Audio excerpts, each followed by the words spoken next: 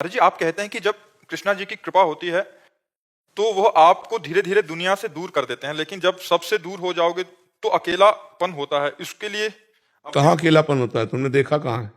कभी दूर हुई हो? केवल कल्पना कर रहे हो। हम अकेले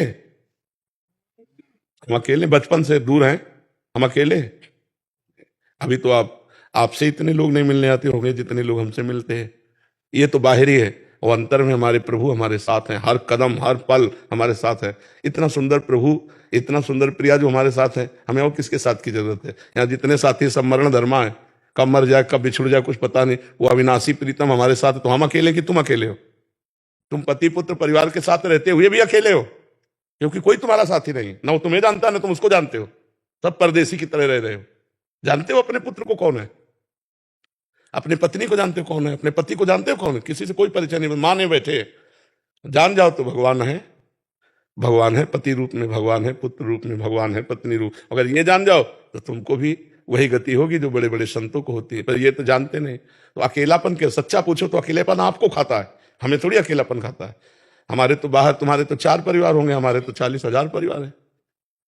तुम्हारा कोई नहीं है संसार में, नहीं है। हमारा है, प्रीतम है, हमारे भगवान है, हमारी प्रिया जो है, हमारे लाड़िले। तुम्हारा कोई नहीं है। तुम जिनको देख रहे हो सब मरण धर्मा, कभी भी मर सकते हैं, पूरे के पूरे एक साथ मर सकते हैं। हमारे प्रीतम नहीं मरेंगे। ये शरीर छूटेगा तब प्रीतम मिलेंगे, ऐसी बात नहीं। शरीर रहते ही प्रीतम का सानिध्य अनुभव होता है। पर भजन करो, भजन जीवन में नहीं होगा तो यही लगेगा। जितने संत महात्मा है वास्तविक जो भगवान के मार्ग में है, उनको अकेलापन खाता है क्या? वो अकेले की तरफ भागते हैं। दूर हमसे मिलो मत। क्यों? तुम मिलोगे तो उससे मिलने में बाधा पड़ जाएगी। मुझे अकेला रहने दो, जिससे मैं अपने प्यारे की याद में खो जाऊं और प्यारा ही आके मेरे से मिले। अभी अकेलेपन का मतलब नहीं समझा है, असंगता। अभी हरि भजन नहीं तो कैसे जानोगे आध्यात्मिक आनंद को? भगवद आनंद को कैसे जानोगे? तुम संसार से तुलना करोगी तो आध्यात्मिक आनंद और विषय आनंद बहुत अंतर है।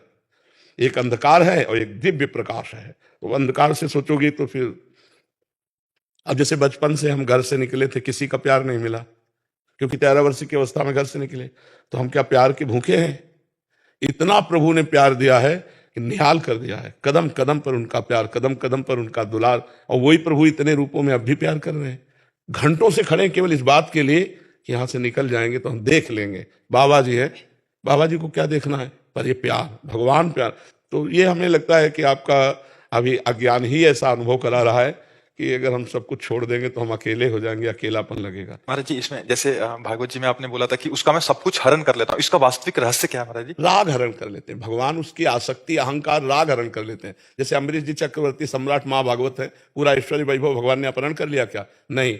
लेकिन उसका उनको अभिमान नहीं है चक्रवर्ती सम्राट पद का। उस संपत्ति का उनको गर्व नहीं है, उस वैभव का उनको गर्व नहीं है। और जिनके गर्व है, भगवान देख रहे हैं कि अब ऑपरेशन करना पड़ेगा तो संपत्ति भी हटा देते हैं, गर्व भी हटा देते हैं। और जिनको देखा कि ये मरीज काम लायक है, गर्व हटा देने से काम चल जाएगा, तो संपत्ति नहीं हटाते हैं। और जब देखा कि मरीज ज्यादा बढ़ चुका है, अब इसका मर्ज दूर करने के लिए, तो फिर भगवान उसका वैभव भी अंतर ध्यान कर देते हैं। और उसका पारा जो अहंकार का था वो डाउन, जब डाउन हुआ तो भगवान की पुकारा, भगवान की शरण में हुआ, वही मंगल शुरू हो गया उसका। बाहरी व्यक्ति पारिवारिक जनों का कोई मतलब इस वो नहीं, अंदर का ही सारा सिस्टम। अंदर का राग। बाहर से आप एकांत में बैठे हो, सबका राग भरा हुआ है, तो कोई आप महात्मा थोड़ी हो। घर में बैठे हो, किसी का राग नहीं तो आप महात्मा हो? भाई अंदर की बात, सुधार अंदर होना, बाहर से क्या? बाहर कहीं भाग के चले जाओ तो क्या त्यागा? अंदर का राग त्यागा। इस पे मेरा राग नहीं है। स्टेशन में जैसे बैठे हैं, सरकारी स्टेशन, अपना काम कर रहे हैं, गाड़ी आई चल दिया, बस इंतजार है, गाड़ी आई चल दिया, अपना काम कर रहे हैं। अपनी वस्तु थोड़ी है। अपने तो श्री जी है, अपने तो लाल जी है, अपने तो प्रभु हैं। आपने क्या किया? अपने घर को अपना मान लिया, 4 परिवार को अपना मान के इतना उसी में डूब गए कि बस जो कुछ हो तो इन्हीं को सुख मिले। जैसे एक आदमी दूध में केमिकल मिला रहा है, गंदी गंदी चीजें मिला रहा है, और उससे कहो कि यही दूध अपने बच्चे को पिलाओ, नहीं पिलाएगा, क्योंकि जानता मैंने कितनी गंदी वस्तुएं। और दूसरे के बच्चे के प्राणघातक वस्तुएं बेच रहे हो, तुम्हारा नाश नहीं होगा। तो ये बुद्धि भ्रष्ट हो जाती है राग से। और अगर राग रहित है तो समाज का उपकार करता है, मंगल करता है। कि जो चीज हम नहीं खा सकते दूसरे को कैसे दे सकते? ये जो आसक्ति है, ये जो राग है, यही पाप कराता है। और इसी को दूर करना आवश्यक होता है। जो इससे दूर रहता है वो गृहस्थ में रहते हुए संत है। संत केवल भेषधारी थोड़ी होते हैं, नहीं।